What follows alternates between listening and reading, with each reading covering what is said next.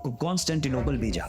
जैसे ही वो पहुंचा, अवाम और फौज ने मिलकर पिछले बादशाह को हटा दिया और हेराक्लियस को अपना नया एम्परर बनाया। हेलो फ्रेंड्स, सत श्री अकाल, आदाब, नमस्ते, welcome back to our channel Ilahi reactions. आज हम अपने चैनल पे लेके आए बहुत इंटरेस्टिंग वीडियो पे रिएक्शन, जिसमें हम रिएक्ट करने वाले हैं Quran first miracle Roman Empire सुरहा रोम बाय द कोहिस्तानी। तो कोहिस्तानी की जो वीडियोस हैं वो बहुत अच्छी लगती हैं हमें, और हमेशा वो एक इतना अच्छा टॉपिक लेकर आते हैं। जैसे आज का जो टॉपिक है वो है कुरान फर्स्ट मिरेकल, तो बहुत इंटरेस्टिंग वीडियो होने वाली। तो चलिए पहले वीडियो देखते हैं, फिर इसके बारे में बात करेंगे। अगर आपको हिस्ट्री की पूरी जानकारी चाहिए और वो भी इतने इंटरेस्टिंग तरीके से, तो आई थिंक द कोहिस्तानी के सिवा कोई ऐसा चैनल आपको नहीं मिल सकता, क्योंकि इसमें फन फैक्ट और हिस्ट्री की जितनी भी नॉलेज है बहुत इंटरेस्टिंग तरीके से समझाई जाती है।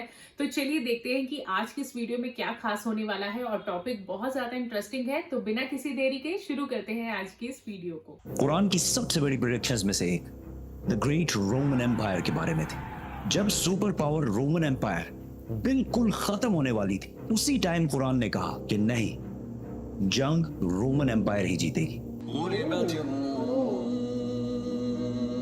मक्का के एक गार में जिब्राइल अलैहिस्सलाम के मोहम्मद सल्लल्लाहु अलैहि वसल्लम को इकरा कहने के 8 साल पहले रोमन एम्पायर और पर्शियन एम्पायर, दो बड़ी सुपर पावर्स के दरमियान बहुत सख्त लड़ाई शुरू हो चुकी थी। ये ऐसे था कि आज अमेरिका और चाइना की फुल फ्लेज वॉर स्टार्ट हो जाए। इस जंग में पर्शियन एम्पायर ने रोमन एम्पायर को तबाह बर्बाद कर दिया था, और पूरी दुनिया को ये लग रहा था कि रोमन एम्पायर, जो 1000 साल से दुनिया की सबसे बड़ी सुपर पावर थी, खत्म होने वाली है। और ये रोमन एम्पायर कोई छोटी चीज नहीं थी। आज तक पूरी दुनिया में उसी रोमन एम्पायर का बहुत बड़ा इन्फ्लुएंस है। ये वीडियो मैं बना रहा हूं जुलाई के महीने। पता है जुलाई को जुलाई क्यों कहते हैं? रोमन बादशाह जूलियस सीजर की वजह से, जो रोमन एम्पायर का पहला बड़ा बादशाह था।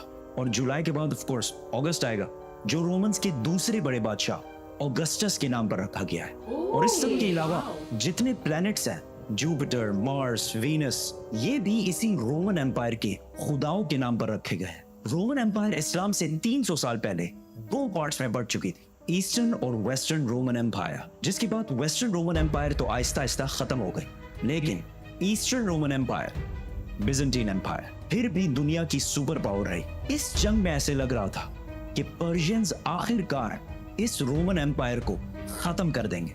इतना बड़ा काम पर्शियंस कभी भी अकेले नहीं कर सकते थे, अगर उनके पास रोमन एम्पायर के अवाम का सपोर्ट ना होता। जंग से पहले रोमन एम्पायर की अवाम अपने बादशाह और अपने फौज से बहुत तंग आ चुकी थी, क्योंकि इस्लाम से 8 साल पहले रोमन बादशाह मोरिस, जिसको अवाम बहुत पसंद करती थी, उसके आर्मी जनरल फोकस ने तख्त से हटा दिया था, और उसकी बीवी और 8 बच्चों को उसके आंखों के सामने बहुत ही बुरी तरह कत्ल कर दिया था। और इन सब के सरों को इस्तांबुल ने, उस जमाने में कॉन्स्टेंटिनोपल में, सारी अवाम के सामने लटका दिए थे। तो ये सब देखकर रोमन एम्पायर की अवाम ने इस नए बादशाह के खिलाफ हर तरफ बगावत शुरू कर दी। तो जैसे हर ताकतवर करता है, उसने इन प्रोटेस्टर्स को पूरी तरह क्रश किया और हजारों लोगों को जेलों में डाला और हजारों लोगों को कत्ल भी किया, ताकि अवाम में खौफ फैल जाए। लेकिन आहिस्ता आहिस्ता ये प्रोटेस्ट और भी ज्यादा फैलते गए। ये सब कुछ सुना सुनाया नहीं लग रहा? पर्शियन बादशाह खुसरो ने जब देखा कि रोमन एम्पायर की अवाम अपने बादशाह के खिलाफ हो गई है, तो उसने इस टाइम का फुल फायदा उठाया और रोमन एम्पायर पर हमला कर दिया। और आहिस्ता आहिस्ता रोमन एम्पायर की बहुत इंपॉर्टेंट प्रोविंसेस, सीरिया, इजिप्ट, फलस्तीन पर कब्जा कर लिया। तो आहिस्ता आहिस्ता रोमन एम्पायर की अवाम और फौज को समझ आ गई कि फोकस से ना हो पाएगा। तो उन्होंने अफ्रीका के गवर्नर, जिसकी लोग बहुत इज्जत करते थे, उससे मदद मांगी। तो उसने अपना बेटा हेराक्लियस को कॉन्स्टेंटिनोपल भेजा। जैसे ही वो पहुंचा, अवाम और फौज ने मिलकर पिछले बादशाह को हटा दिया और हेराक्लियस को अपना नया एम्परर बनाया, और फोकस के साथ वही कुछ किया जो उसने पिछले बादशाह के साथ किया था। हेराक्लियस जैसे ही बादशाह बना, उसे पता चला कि 90,000 क्रिश्चियंस को कत्ल करके पर्शियंस ने यहूदियों की मदद से फलस्तीन पर कब्जा कर लिया है, और क्रिश्चियंस की सबसे मुकद्दस होली जगह द होली सेपल्कर को तबाह कर दिया है। इसकी क्रिश्चियनिटी में वही अहमियत है जो इस्लाम में बैतुल्लाह शरीफ की है, और वो क्रॉस जिस पर जीसस को मारा गया था, अकॉर्डिंग टू द क्रिश्चियंस, उसे वहां से उठाकर अपने कैपिटल थेसिफोन मदियन ले गए हैं। ये ऐसी था कि आज काबा से कोई हजर अस्वद उठा के ले जाए। कैन यू इमेजिन दुनिया में क्या होगा? सही इस बात। जंग में रोमन्स किस लेवल तक हार चुके थे, इसका अंदाजा इस लेटर से होगा जो पर्शिया के बादशाह खुसरो ने रोमन एम्परर हेराक्लियस को लिखा था, जो आज तक बिल्कुल ठीक ठाक मौजूद है। फ्रॉम खुसरो, सब खुदाओं से बड़ा खुदा, master of the whole world, to Heraclius, मेरा एक छोटा सा गुलाम। तुम कहते हो तुम्हारा खुदा सबसे बड़ा है, तो किधर है वो खुदा? और उसने जेरूसलम को मुझसे बचाया क्यों नहीं?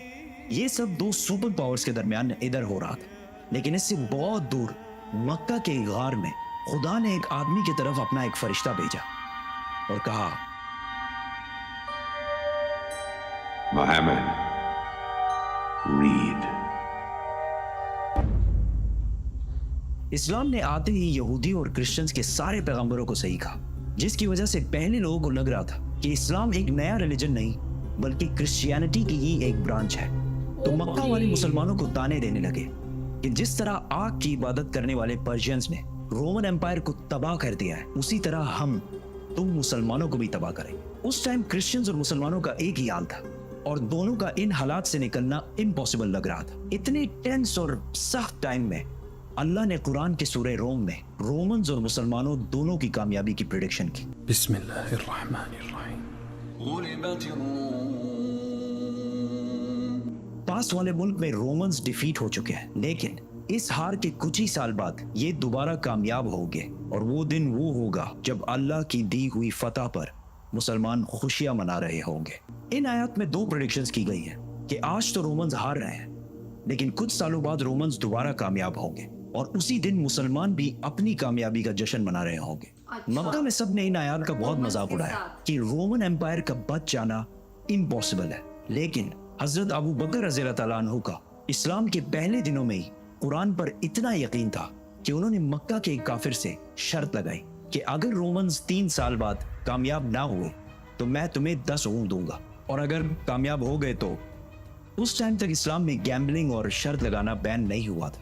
जब रसूलुल्लाह सल्लल्लाहु अलैहि वसल्लम को इस शर्त का पता चला तो उन्होंने अबू बकर रज़ी अल्लाह तआला अन्हु से कहा कि इस शर्त में 3 साल का टाइम बढ़ाकर 10 साल कर दो और ऊँट 10 से बढ़ाकर 100 कर दो। उस काफिर ने ये टर्म्स आसानी से मान लिए क्योंकि रोमन्स का जीतना इम्पॉसिबल हो चुका था। ब्रिटिश हिस्टोरियन एडवर्ड डिबोन, जिसने रोमन एम्पायर पर 6 वॉल्यूम्स की किताब लिखी है, उसने भी लिखा है कि कुरान की इस प्रोफेसी का 7-8 साल के बाद भी पूरा होने का कोई चांस नहीं लग रहा था, क्योंकि पर्शियंस बिल्कुल रोमन एम्पायर की कैपिटल कॉन्स्टेंटिनोपल के पास पहुंच चुके थे और इसे चारों तरफ से घेर लिया था। बट कॉन्स्टेंटिनोपल को फतह करना इम्पॉसिबल था और इस वाक़ये के 900 साल बाद तक भी कॉन्स्टेंटिनोपल को कोई फतह नहीं कर सकता। आखिर इसे ऑटोमन एम्पायर उस्मानिया सल्तनत के सिर्फ 21 ईयर ओल्ड सुल्तान महमद ने कश्तिया पहाड़ों पर चढ़ाकर इसे फतह किया था। And I can't wait to tell that story, so subscribe.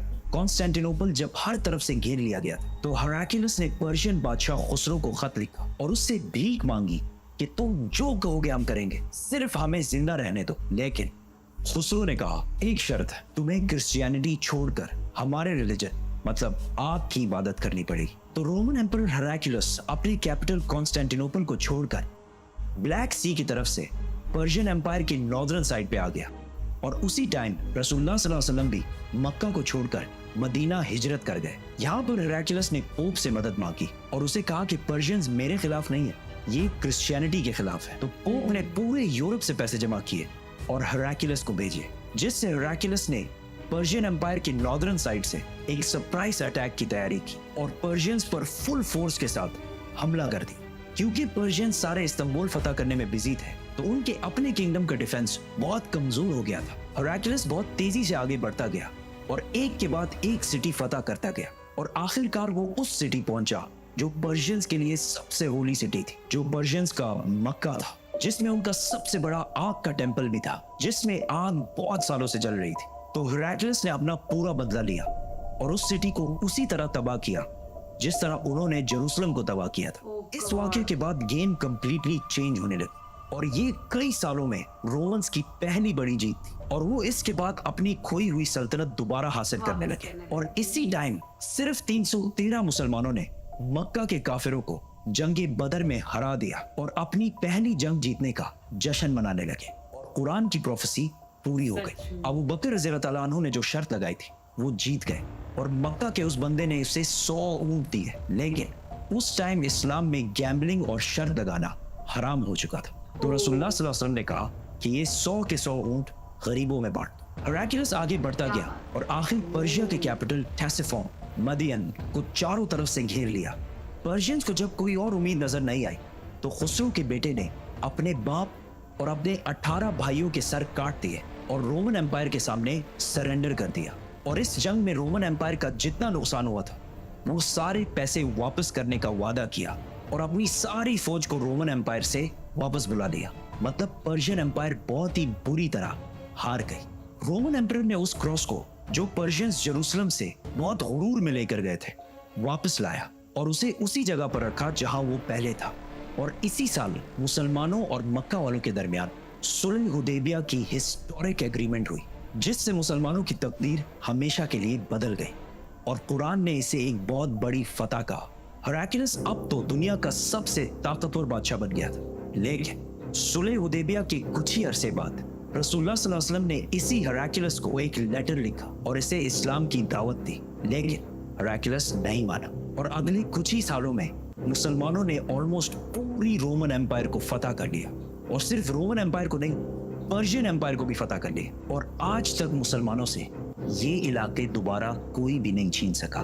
क्या बात है यार, मतलब सच में मैं अब इनकी फैन हो चुकी हूँ। जिस हिसाब से ये वीडियो बनाते हैं, हम लोगों ने हिस्ट्री पढ़ी है, हिस्ट्री में रोमन एम्पायर, पर्शियन एम्पायर, ये सब कुछ पढ़ा है, बट वो 5th-6th क्लास में। बट कुछ भी मतलब उस टाइम पे ऐसा इंटरेस्टिंग नहीं लगता था जितना इंटरेस्टिंग इस टाइम लगता है। ये सब कुछ हम पढ़ चुके हैं, खुसरो के बारे में, जूलियस सीजर और अगस्टस, इन सब के बारे में हम लोग पढ़ चुके हैं, पर उस टाइम पे शायद इतनी नॉलेज नहीं थी। और मतलब ये शायद फैक्ट्स आज पता चले हैं कि जुलाई जूलियस सीजर से पड़ा है, अगस्त अगस्टस के नाम से आया है, और जो जुपिटर, मार्स और ये सब है, ये रोमन एम्पायर के कुछ मतलब गॉड थे, उनके नामों से वो आया है। काफी कुछ इस वीडियो से हमें पता चला और बहुत इन्फॉर्मेटिव वीडियो थी। वाकई में ये बात तो बिल्कुल करेक्ट है। अगर हमसे आज से 10-12 साल पहले कोई हिस्ट्री की बातें करता था तो हमें लगता था कि यार ये कितनी बोरिंग बातें हैं और हमें बिल्कुल समझ भी नहीं आती थी।